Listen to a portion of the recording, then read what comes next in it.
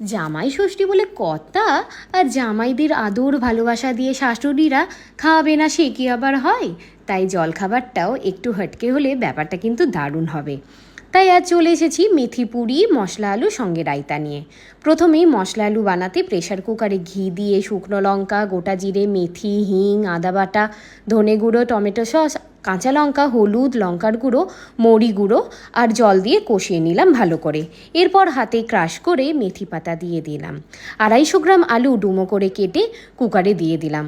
সঙ্গে নুন চিনি দিয়ে নেড়ে নিলাম। পরিমাণ মতো জল দিয়ে 2টো সিটি দিয়ে নামিয়ে রাখলাম।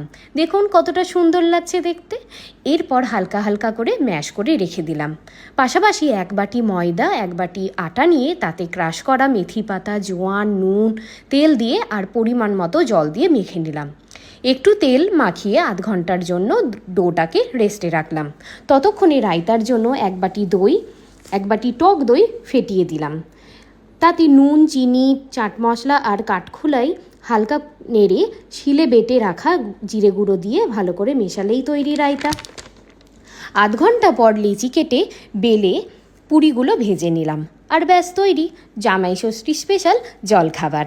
সকালে জলখাবার দিয়ে সবাইকে তাক লাগিয়ে দিন। আর জামাই মেয়েরা কি বলল জানাবেন।